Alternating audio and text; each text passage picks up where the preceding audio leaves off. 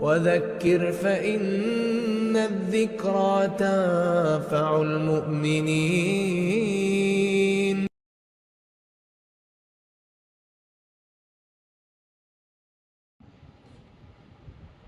الحمد لله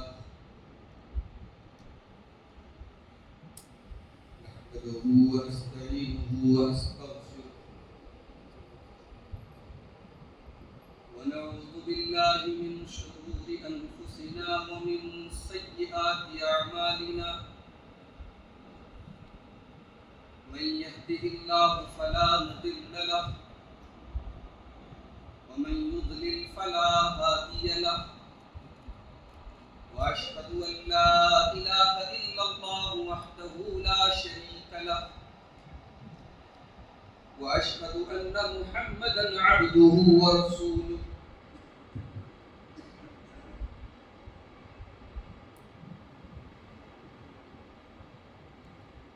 يا أيها الذين آمنوا اتقوا الله حق تقاته ولا تموتن إلا وأنتم مسلمون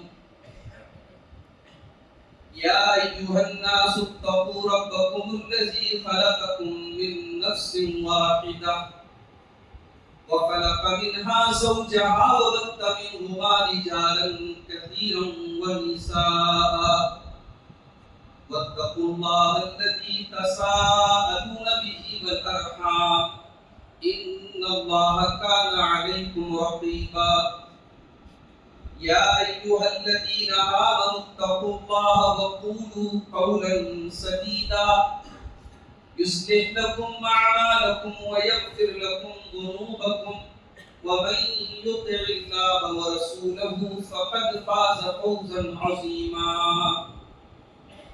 أما بعد فإن خير الحديث كتاب الله وخير الهدي هدي محمد صلى الله عليه وسلم وشر الأمور محدثاتها وكل محدثة بدعة وكل بدعة ضلالة وكل ضلالة في النار. أعوذ بالله من الشيطان الرجيم. بسم الله الرحمن الرحيم. من عمل صالحا من ذكر أو أنثى وهو مؤمن فلنحيينه حياة طيبة ولنجزينهم أجرهم بأحسن ما كانوا يعملون. محترم حاضرین مجلس، بزرگوں اور دوستوں، نوجوان بھائیوں، ماں اور بہنوں، پیارے بچوں، کل کی گفتگو میں ہم نے معاشرے کے بہت اہم طبقے، معاشرے کے بہت اہم حصے، نوجوانوں میں پائی جانے والی کچھ خرابیاں اور پھر ان کا کیا حل ہے وہ کل ہم نے آپ کے سامنے بیان کیا۔ معاشرے کا ایک دوسرا طبقہ بھی ہے اور یہ وہ طبقہ ہے کہ جس طبقے کے اوپر معاشرے کے بننے اور بگڑنے کا دار و مدار ہے، اور وہ ہے خواتین کا طبقہ۔ کسی بھی سماج اور معاشرے کو اگر سنوارنا ہے، بنانا ہے، تو پھر اس معاشرے کی خواتین کیسی، اس معاشرے میں عورت کا اسٹیٹس کیا ہے، اس سماج میں عورت کا رول کیا ہے، یہ بہت اہمیت رکھتا ہے۔ عام طور سے یہ سمجھا جاتا ہے کہ اسلام نے عورت کو ڈیگریڈ کیا ہے، اسلام نے عورت کو بہت حقیر درجے میں رکھا ہے، اور یہ غلط فہمی صرف غیر مسلموں میں نہیں، ہمارے بہت سارے مسلمان جو تھوڑے ماڈرن ٹائپ کے ہیں، تھوڑے لبرل ٹائپ کے ہیں، ان کی یہاں بھی غلط فہمی پائی جاتی ہے۔ حتیٰ کہ بہت ساری خواتین یہ سمجھتی ہے کہ صاحب اسلام نے تو ہمارے ساتھ بڑی ریسٹرکشنز ہیں، بڑی پابندیاں ہیں، اور اسلام نے جو ہے ہمارے ساتھ انصاف نہیں۔ آج کی گفتگو میں ہم یہ دیکھیں گے کہ اسلام میں ایک عورت کا مقام کیا ہے، اور پھر ایک مسلمان عورت کی ذمہ داریاں کیا ہے، اس کی رسپانسبلٹیز کیا ہے، سماج کو لے کر کے اس کے کندھوں پر کیا ذمہ داریاں ہیں، یہ آج کے درس میں دیکھیں۔ سب سے پہلی بات تو یہ یاد رکھیں کہ اسلام کے اکارڈنگ، اسلام کے مطابق آدم کی اولاد میں مرد اور عورت یہ دونوں ہیں، اور دونوں انسان ہونے کے اعتبار سے برابر ہیں۔ اللہ کے پیارے نبی کی حدیث ہے النساء شقائق الرجال، کہ مرد عورتیں مردوں ہی سے نکلی ہوئی ہیں اور مردوں کے قدم بقدم اور ان کے ساتھ ساتھ چلنے والی ہیں۔ اسلام نے عورت کے تین اہم روپ، ماں کی حیثیت سے، بیوی کی حیثیت سے اور بیٹی کی حیثیت سے، اسلام نے عورت کے تینوں جو رولز ہیں، اسلام نے عورت کا مقام بہت اونچا ہے۔ اگر ایک عورت ماں کی حیثیت رکھتی ہے، اسلام یہ کہتا ہے کہ وہ اپنی اولاد کے لیے، اس کی اولاد کی جنت ہے اس کے قدموں کے نیچے۔ اگر عورت ماں ہے، اللہ کے پیارے نبی فرماتے فَإِنَّ الْجَنَّةَ تَحْتَ قَدَمِهَا، جنت اس کے قدموں کے نیچے ہے۔ اس کی خدمت کیے بغیر اس کی اولاد جنت میں نہیں جا سکتی۔ یہ ماں کی حیثیت سے ہوتا ہے۔ اللہ کے پیارے نبی کے پاس ایک صحابی آتے ہیں، اے اللہ کے نبی، من احب الناس بحسن صحابتی، میرے حسن سلوک کا سب سے زیادہ حقدار کون ہے؟ سب سے زیادہ مجھے کس کے ساتھ اچھا سلوک کرنا چاہیے؟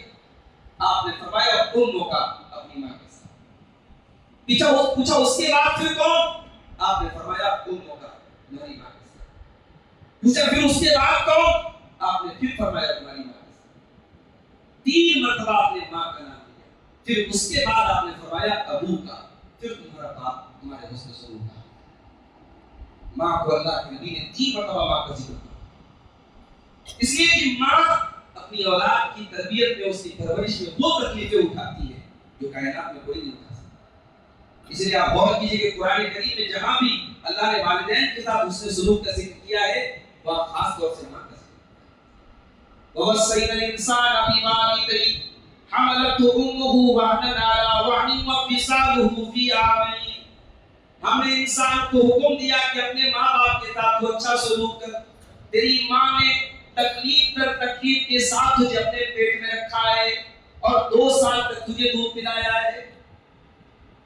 پیٹ میں رکھنے کی تکلیف، جنم دینے کی تکلیف، اور پھر اللہ تعالیٰ نے جو نظام بنایا ہے کہ اس بچے کی غذا ماں کے بدن کے اندر، اس کے خون کو اللہ تعالیٰ نے بچے کے لیے دودھ بنا دیا، اور ماں اپنا خون جگر اپنے بچے کو پلاتی ہے 2 سال تک۔ یہ 3 احسانات ہیں جو صرف ماں۔ تو ایک عورت اگر ماں ہے تو اسلام نے اس کو بھی مقام دیا۔ یہی عورت جب بیوی بنتی ہے، کسی کے نکاح میں آتی ہے، قرآن کیا کہتا ہے؟ ابھی آپ نے دوسرے پارے کو تراویح میں سنا، اس میں یہ آیت آپ کے سامنے آئی، هُنَّ لِبَاسٌ لَكُمْ وَأَنْتُمْ لِبَاسٌ لَهُنَّ، یہ عورتیں تمہارے لیے لباس ہیں۔ جب بیوی بن کر کی عورت تمہاری زندگی میں آتی ہے، تمہارے لیے لباس بن جاتی ہے، تم ان کے لیے لباس ہو، تمہارے لیے لباس۔ انشاءاللہ کسی ہم درس میں حقوق الزوجات پر بات کریں گے، وہاں ہم ڈیٹیل سے بیان کریں گے کہ کیوں اللہ تعالیٰ نے میاں بیوی کو ایک دوسرے کے لیے لباس کیا۔ بیوی آپ کا لباس ہے، آپ اپنی ذات سے الگ نہیں کر سکتے۔ یہ بیوی ہے جس کا ذکر کرتے ہوئے اللہ نے قرآن میں فرمایا وَمِنْ آيَاتِهِ أَنْ خَلَقَ لَكُم مِّنْ أَنفُسِكُمْ أَزْوَاجًا لِتَسْكُنُوا إِلَيْهَا، اللہ کی بہت بڑی نشانی یہ بھی ہے کہ اس نے تمہاری بیویوں کو بنایا۔ کیوں بنایا؟ لِتَسْكُنُوا إِلَيْهَا، تاکہ تم ان سے سکون حاصل کرو۔ حرام ریلیشن شپ میں سکون نہیں پیدا ہو سکتا۔ حرام ریلیشن شپ میں لشت پوری ہو سکتی ہے، شہوت پوری ہو سکتی ہے، واسنہ پوری ہو سکتی ہے، خواہشات کی تکمیل ہو سکتی ہے، سکون نہیں مل سکتا۔ سکون حلال رشتے میں، سکون بیوی کے ذریعے ہے۔ یہ اللہ کا کلام ہے، لِتَسْكُنُوا إِلَيْهَا، تاکہ تم اپنی بیویوں کے ذریعے سکون حاصل کرو۔ وَجَعَلَ بَيْنَكُم مَّوَدَّةً وَرَحْمَةً، اور اللہ تعالیٰ نے میاں بیوی کے بیچ میں محبت پیدا کر دی، رحمت پیدا کر دی، محبت پیدا کر دی اللہ نے۔ کل تک ایک دوسرے کے لیے اجنبی تھے، ایک دوسرے کو ٹچ کرنا حرام تھا، ایک دوسرے کو دیکھنا جائز نہیں تھا، اور آج جب نکاح کے بندھن میں بندھے تو 2 چیزیں ایک جان ہیں، ایک دوسرے کے بغیر رہنا. بھئی نکاح کے بعد کون بیوی شوہر کے بغیر رہنا چاہتا ہے؟ جن کے شوہر باہر کام کرتے ہیں، گلف وغیرہ میں رہتے ہیں، ان بیویوں سے جا کے پوچھو وہ کلیجے تو پتھر ہوتے ہیں. اب تو بڑے مسائل ہو گئے. گلف وغیرہ میں پہلے کے لوگ تو فیملی لے کے رہتے تھے، فیملی لے کے رہنا آسان کام نہیں، خاص طور سے جو لیبر کلاس کے لوگ وہ نہیں لے کے رہتے. 2 سال تک شوہر کے بغیر عورتیں روتی ہیں فون پر بات کر کے شوہر سے. یہ محبت یہ کس نے پیدا کیا؟ یہ کوئی خون کا رشتہ تو نہیں، یہ رشتہ اللہ کا بنایا ہوا رشتہ ہے. اس رشتے کی بنیاد اللہ کے کلام کی بنیاد پر ہے. تو یہ بیوی جب ہماری زندگی میں آتی ہے تو ہم اس سے محبت کرتے ہیں، وہ ہم سے محبت کرتے ہیں. تو عورت بیوی ہے تو آپ کے سکون کا ذریعہ ہے، آپ کی محبوب. اور یہ عورت اگر بیٹی بن کر کے آپ کے گھر میں آتی ہے، اللہ اکبر، یہ رحمت بن کر کے آتی ہے. بڑے بدنصیب ہیں وہ لوگ جن کے گھر میں بیٹی پیدا ہو اور ان کی پیشانیوں میں بل پڑ جائے. بڑے بدنصیب ہیں وہ لوگ جو بیٹیوں کو بوجھ سمجھے اور جو بیٹیوں کی پرورش کو اپنے لیے تکلیف کا سبب سمجھے.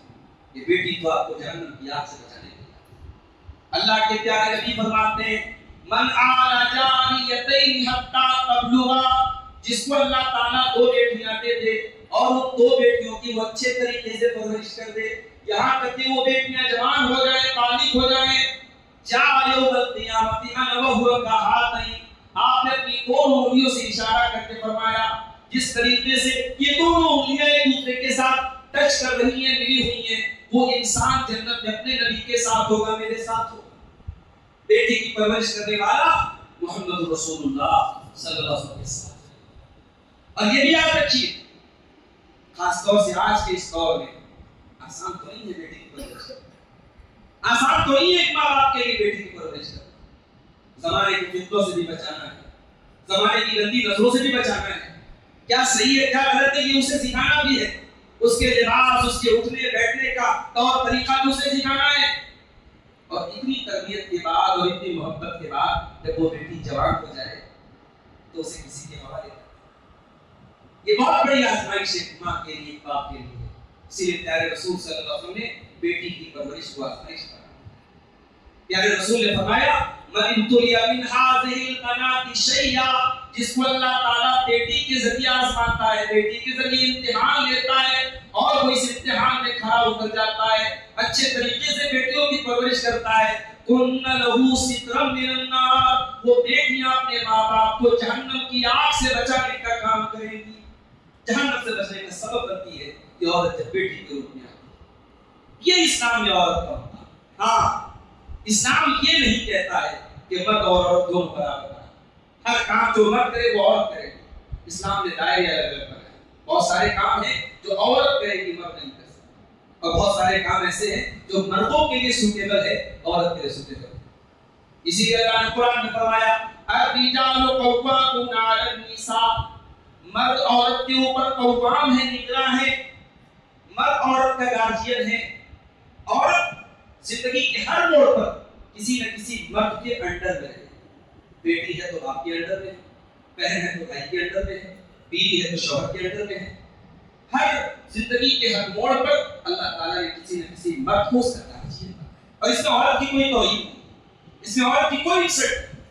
اللہ تعالیٰ نے عورت کو کمانے اور گھر چلانے اور کمائی کرنے کے جھنجٹ سے آزاد کیا ہے.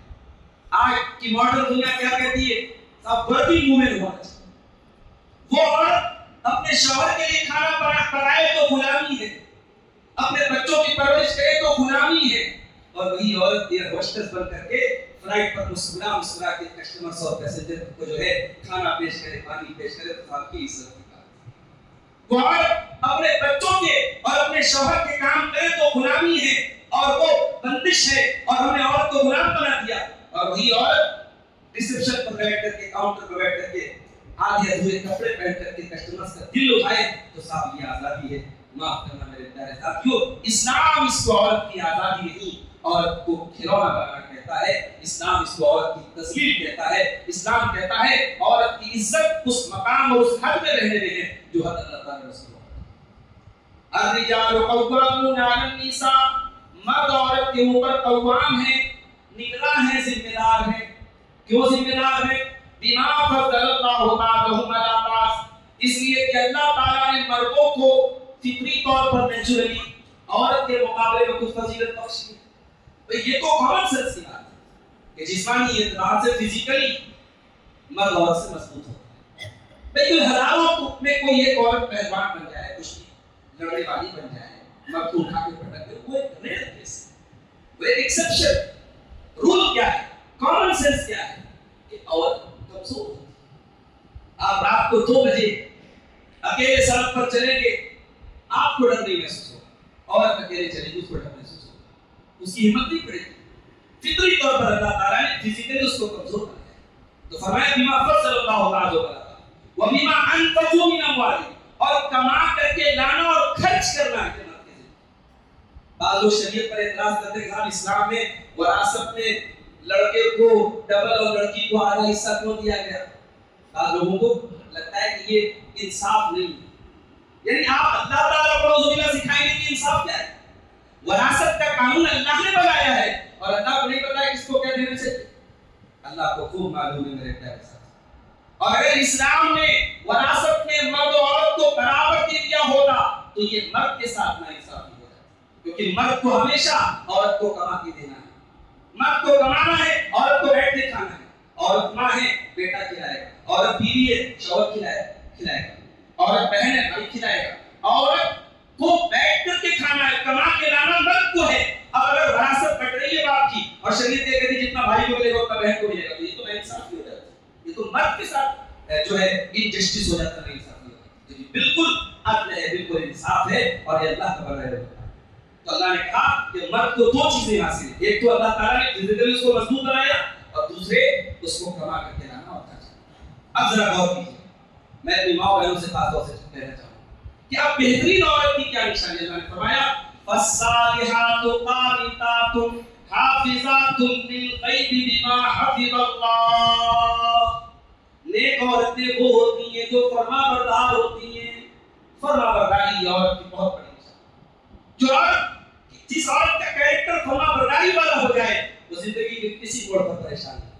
یہ گھر کیوں تباہ ہو رہے ہیں, یہ طلاقیں کیوں ہو رہی ہیں, یہ گھر کیوں برباد ہو رہے ہیں.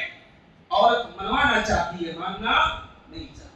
اور اسلام یہ کہہ رہا ہے, قرآن یہ کہہ رہا ہے بہترین عورت کی نشانی کیا ہے, اسے ماننے کا جذبہ اپنے اندر پیدا کرے. عورت فرما بردار بن جائے, قانتات, اللہ کی بھی فرما بردار بن جائے, رسول کی بھی فرما بردار بن جائے, شوہر کی بھی فرما بردار بن جائے. اور دوسری صفت کیا ہے, حافظات للغیب بما حفظ اللہ. جتنی چیزوں کی اللہ نے حفاظت کرنے کا حکم دیا ہے ان کی حفاظت کرے. اپنی عزت کی حفاظت کرے, اپنے جسم کی حفاظت کرے, اپنے شوہر کے راز کی حفاظت کرے. جتنی چیزوں کی اللہ نے حفاظت کرنے کا حکم دیا ہے ایک عورت ان کی حفاظت. محترم حضرات, اسلام میں مرد و عورت میں نیکی میں کوئی ڈسکریمنیشن نہیں.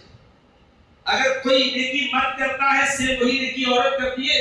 اسلام میں جینڈر بیس کوئی ڈسکریمنیشن نہیں ہے کہ مرد کو زیادہ ثواب ملے گا عورت کو کم ملے گا, بلکہ عورت کو چھوٹ دی گئی. جہاد فی سبیل اللہ عورت کے ذمہ واجب نہیں. عورت کو جہاد فی سبیل اللہ نہیں کرنا ہے, مرد کے ذمہ. اسی طریقے سے مہینے کے کچھ ایام ایسے ہیں جن میں عورت پیریڈ سے ہوتی ہے, اللہ تعالیٰ نے چھوٹ دے دی, جو نماز نہیں پڑھتا. کیوں بھائی؟ وہ اس کی تکلیف کے ایام, اس کی آزمائش کے ایام, شریعت میں نماز معاف ہے. روزہ نہیں رکھنا ہے, روزے کی بات میں قضا کرنا. تو اللہ تعالیٰ نے کوئی مرد اور عورت میں جینڈر بیس کوئی ڈسکریمنیشن نہیں کیا ہے. قرآن کریم کے 14ویں آیت اللہ تعالیٰ نے فرمایا من عمل صالحا من ذکر او انثى وهو مؤمن. جو بھی نیک عمل کرے گا اور ایمان والا ہوگا, چاہے وہ مرد ہو چاہے وہ عورت ہو, فَلَنُحْيِيَنَّهُ حَيَاةً طَيِّبَةً, ہم اسے پاکیزہ زندگی عطا فرمائیں گے. ایمان والی اور نیک عمل کرنے والی عورت زندگی میں کبھی بے چین نہیں رہے گی. یہ اللہ کا وعدہ ہے. ایمان اور نیک عمل کرنے والا مرد ہے عورت, قرآن کی گارنٹی, اللہ کی گارنٹی ہے. فَلَنُحْيِيَنَّهُ حَيَاةً طَيِّبَةً, ہم اسے پاکیزہ زندگی دیں گے. اس کے گھر میں مسائل نہیں ہوں. اگر مسائل آئیں گے تو اللہ تعالیٰ حل کر دے گا. اگر یہ 2 چیزیں اپنے اندر پیدا کریں, ایمان اور نیک, اللہ کہہ رہا ہم اسے پاکیزہ زندگی عطا فرمائیں گے. وَلَنَجْزِيَنَّهُمْ أَجْرَهُمْ بِأَحْسَنِ مَا كَانُوا يَعْمَلُونَ, اور آخرت میں اس کے عمل کا بہترین بدلہ دیں گے. آج ہماری عورتیں کیا کر رہی ہیں؟ آج معاف کیجیے گا, کل کے درس میں بتایا تھا کہ سماج میں بے حیائی بہت بڑا، یہ بے حیائی اتفاق نہیں ہوا، ایسا تو نہیں کہ نوجوان لڑکے بہت بے حیا ہو گئے اور عورتیں ماشاءاللہ بڑی شرمیلی اور بڑی حیا والی، تعلیم تو دونوں حاصل ہے، غلطی تو دونوں طرف سے ہو رہی، بے حیائی تو دونوں طرف سے ہو رہی، لڑکے بھی بے حیا ہو رہے، لڑکیاں بھی بے حیا ہو رہی۔ اسلام یہ کہتا ہے کہ ایک عورت کا جو گہنا ہے، ایک عورت کا جو زیور ہے، اس کی حیا، ایک عورت کا حیا ہو، ایک عورت کا کردار ہو۔ قرآن کریم میں اللہ نے دو عورتوں کو ہمارے لیے ایگزامپل بتایا، ایک فرعون کی بیوی آسیہ اور ایک مریم۔ مریم کو اللہ نے آئیڈیل کیوں قرار دیا؟ فرمایا وَمَرْيَمَ ابْنَتَ عِمْرَانَ الَّتِي أَحْصَنَتْ فَرْجَهَا، مریم تمہارے لیے آئیڈیل ہے، عمران کی بیٹی مریم، الَّتِي أَحْصَنَتْ فَرْجَهَا، جنہوں نے اپنی شرمگاہ کی حفاظت کی۔ مریم کی خاص بات تھی، مریم نے اپنے کردار کی حفاظت، اور یہ آیت یہودیوں کے منہ پر تھپڑ ہے جو حضرت مریم کو برا بلا کہتے ہیں، ان کے کردار کا سوال۔ قرآن کہہ رہا ہے کہ مریم پاک دامن ہے، مریم ضرور عیسیٰ کی ماں ہے، بغیر باپ کے عیسیٰ پیدا ہوئے، اللہ تعالیٰ کی طرف سے بطور معجزہ کے پیدا ہوئے، مریم کا قلم کبھی نہیں ہوتا۔ ارے مریم تو وہ خاتون ہے بیت المقدس میں بیچاری بیٹھ کر کے اللہ کی عبادت کرے، اور جب حضرت جبریل علیہ السلام انسانی شکل میں آئے تو مریم دیکھ کر کے ڈر گئی، اور پہلا جملہ ان کے منہ سے کیا نکلا؟ قالت انی اعوذ بالرحمن منک ان کنت تقیا، کہا کہ میں رحمان کی پناہ چاہتا ہوں، اگر تو متقی انسان ہے دور ہٹ جا، اللہ سے ڈرنے والا ہے دور ہٹ جا، میرے قریب مت آنا، میں رحمان سے ڈرنے والی عورت ہوں، میں رحمان کی پناہ چاہتی ہوں، میرے قریب۔ مریم تو وہ خاتون ہے میرے بھائی، جب عیسیٰ علیہ السلام کی پیدائش کا ٹائم آیا، ہائے ہائے مریم کی زبان سے کیا نکلا؟ قالت یا لیتنی مت قبل ھذا وکنت نسیا منسیا۔ مریم کو فکر ہے لوگوں کو کیا جواب دیں، لوگ میرے کریکٹر پر سوال اٹھائیں گے، لوگ میرے کردار پر سوال اٹھائیں گے، انگلی اٹھائیں گے، میں کیا جواب دوں گی؟ مریم کہتی ہے کاش میں مر گئی ہوتی آج کے پہلے، میں نسیہ منسیہ ہو گئی ہوتی، کوئی میرا نام کر لے گا۔ یہ مریم ہے۔ اور اسی لیے جب عیسیٰ علیہ السلام پیدا ہوئے اور مریم اپنے بچے کو گود میں لے کے آئی قوم کے پاس، تو قوم کے لوگوں نے کہا کہ ہم یہ مریم تو کس کا باپ لے کے آئی، کس کا بیٹا ہے؟ تیرا باپ نیک ہے، تیرا بھائی نیک ہے، تیری ماں نیک تھی، تو یہ اتنا گندا کام تو نے کیسے کر دیا؟ تو مریم نے اپنے بچے کی طرف اشارہ کیا، اللہ تعالیٰ نے اس بچے کو جو ابھی دودھ پیتا بچہ ہے، ماں کی گود کا بچہ ہے، اللہ نے اس بچے کو زبان دی اور وہ بچہ اپنی ماں کے کریکٹر کی گواہی دیتا ہے، قال انی عبد اللہ، اے میری ماں پر سوال اٹھانے والوں، میں اللہ کا بندہ ہوں، میں اللہ کا نبی ہوں، میں عیسیٰ ہوں۔ میرے بھائیوں، مریم ہماری آج کی خواتین کے لیے ایک آئیڈیل ہے، ایک نمونہ ہے، ایک ایگزامپل ہے۔ قرآن کریم کا 22واں پارہ ہے، 22ویں پارے کی اسٹارٹنگ میں اللہ تعالیٰ نے ایمان والی عورتوں کے لیے کچھ نصیحتیں بیان کی ہیں، میں چاہتا ہوں کہ اپنی ماں بہنوں کو وہ نصیحتیں میں سنا دوں۔ قرآن کا پہلے 21ویں پارے کی لاسٹ آیت ہے، یا ایھا النبی قل لازواجک و بناتک، یا ایھا النبی قل لازواجک ان کنتن تردن الحیاۃ الدنیا وزینتها فتعالین امتعکن واسرحکن سراحا جمیلا۔ اے نبی اپنی بیویوں سے کہہ دیجئے اگر تم دنیا چاہتی ہو، دنیا کی رنگینی چاہتی ہو، دنیا کی دولت چاہتی ہو تو آ جاؤ، میں تم کو دنیا کی دولت دے دیتا ہوں، لیکن پھر میں تم کو عزت کے ساتھ رخصت کر دیتا ہوں۔ پیارے رسول کی بیویاں بڑی سمپل زندگی گزارتی، چھوٹے چھوٹے کمروں میں پوری زندگی گزارتی۔ آج ہماری مائیں بہنیں اللہ معاف کرے، زندگی میں اگر کوئی شوق پورا کرنے میں شوہر اگر کوئی کمی کر دے، اللہ، شوہر کے ساتھ بدتمیزی کرنا، لڑائی جھگڑے کرنا اور حتیٰ کہ علیحدگی کی شکلیں اختیار کر دینا، یہ عام بات ہے۔ پیارے رسول کی بیویوں نے اپنے نبی کے ساتھ کیسے کیسے دن کاٹے ہیں۔ ہم عائشہ فرماتی ہیں 2 مہینے گزر جاتے تھے محمد رسول اللہ کے گھر میں چولہا نہیں جلتا، 2 مہینے تک نبی کے اہل بیت، نبی کے گھر والے، نبی کی فیملی کے لوگ کھجور کھا کے اور پانی پی کے گزارا کرتے تھے۔ اللہ اکبر، آج ہمارے گھروں میں فریج میں دنیا جہان کی چیزیں رکھی ہیں، ہماری عورتوں کی الماری میں اور ان کے وارڈروب میں کپڑوں کی قطاریں ہیں، مگر پھر بھی اگر ان کا کوئی شوق پورا نہ ہو تو ان کی زبان کو نشوب کی کلمات آ جاتا ہے۔ تو غزوہ حنین کے بعد جب مسلمانوں پر خوشحالی کا دور آیا تو پیارے رسول کی بیویوں نے مطالبہ کیا کہ اے اللہ کے نبی، سارے گھر میں اچھے کھانے بن رہے ہیں، اچھے کپڑے پہنے جا رہے ہیں، کیا ہمیں اچھا کھانا کھانے کا حق نہیں ہے؟ ہمیں اچھے کپڑے پہننے کا حق نہیں ہے؟ اے اللہ کے رسول ہمیں جو سال میں پیسہ دیا جاتا ہے، جو خرچہ دیا جاتا ہے، ہم یہ چاہتے ہیں کہ اس میں کچھ اضافہ کیا جائے۔ یہ پیارے رسول کی بیویوں نے، ہماری ماؤں نے یہ ڈیمانڈ کی اللہ کے نبی سے۔ ظاہر یہ ڈیمانڈ اپنے آپ میں غلط تو نہیں تھی، ان کا مطالبہ بالکل بجا، بالکل صحیح تھا، لیکن اللہ کے نبی کو ان کا یہ مطالبہ پسند نہیں آیا اور 2 مہینے تک اللہ کے پیارے نبی ناراض رہے اور اپنی بیویوں سے بات کی۔ اور اسی موقع پر قرآن کی آیت ہے، اے نبی کی بیویوں، اگر دنیا چاہیے اور دنیا کی دولت چاہیے، دنیا کی رنگینی چاہیے تو چلی جاؤ، تم کو دنیا دے دیتا ہوں، لیکن میں اب تم کو اپنے نکاح میں باقی نہیں رکھوں گا، میں تم کو طلاق دے دوں گا۔ وَإِن كُنتُنَّ تُرِدْنَ اللَّهَ وَرَسُولَهُ وَالدَّارَ الْآخِرَةَ، اور اے نبی کی بیویوں، اگر تم اللہ سے محبت کرتی ہو، رسول سے محبت کرتی ہو، آخرت میں اپنا گھر بنانا چاہتی ہو، فَإِنَّ اللَّهَ أَعَدَّ لِلْمُحْسِنَاتِ مِنكُنَّ أَجْرًا عَظِيمًا، تو نیکی کرتی رہو، بھلائی کرتی رہو، اللہ نے تمہارے لیے بہت بڑا اجر و ثواب تیار کر کے رکھا ہے۔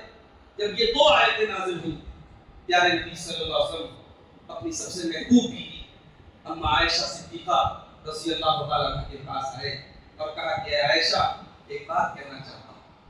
کہا اللہ کے نبی کیا بات ہے؟ کہا عائشہ میں جو بات کہنا چاہتا ہوں بڑی اہم بات ہے، سوچ سمجھ کے جواب دینا، اپنے ماں باپ سے مشورہ کر کے جواب۔ اے اللہ کے نبی ایسی کون سی بات ہے؟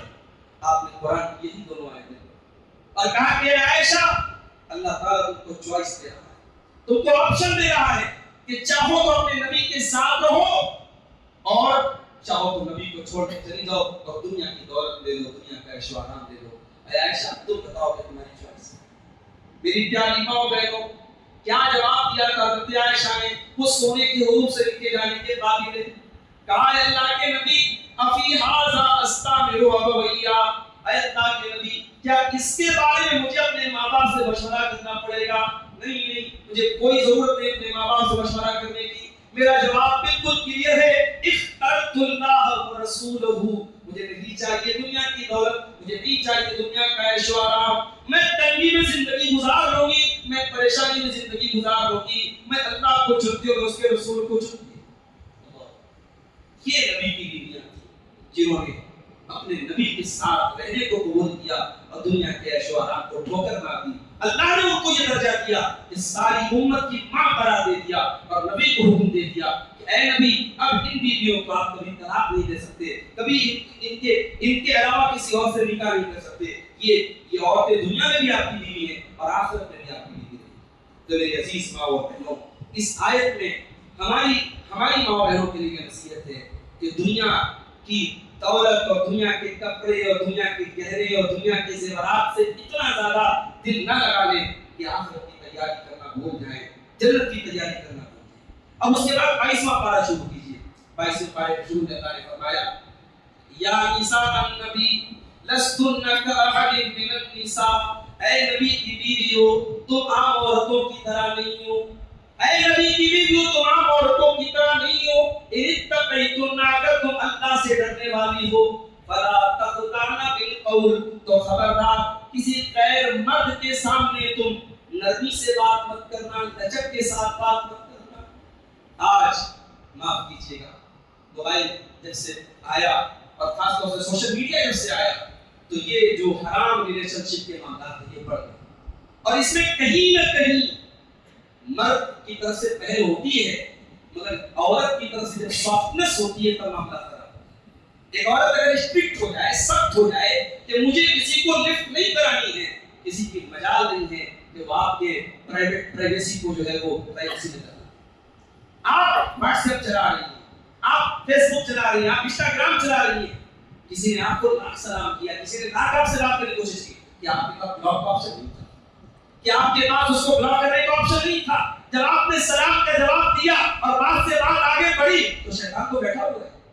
جب بھی کوئی مرد و عورت تنہا ہوں گے تیسرا شیطان ہوگا، چاہے وہ آدمی اپنے دور کا سب سے بڑا اللہ کا ولی ہو اور وہ عورت اپنے دور کی سب سے بڑی عالمہ حاضر۔ اگر ایک مرد اور ایک عورت تنہائی میں ہے، دونوں ایک دوسرے کے اجنبی ہیں، تو تھرڈ شیطان ہر حال میں وہاں پر ہوگا۔ اس لیے اللہ ہمیں نصیحت کر رہا ہے، قیامت تک کی آنے والی عورتوں کو نصیحت کر رہا ہے کہ کسی غیر مرد کے ساتھ جب تم بات کرو تو تمہارا لب و لہجہ بہت نرمی والا نہیں ہونا چاہیے۔ یہاں تو الٹی بات، شوہر کے ساتھ کبھی ڈھنگ سے بات نہیں کرتے،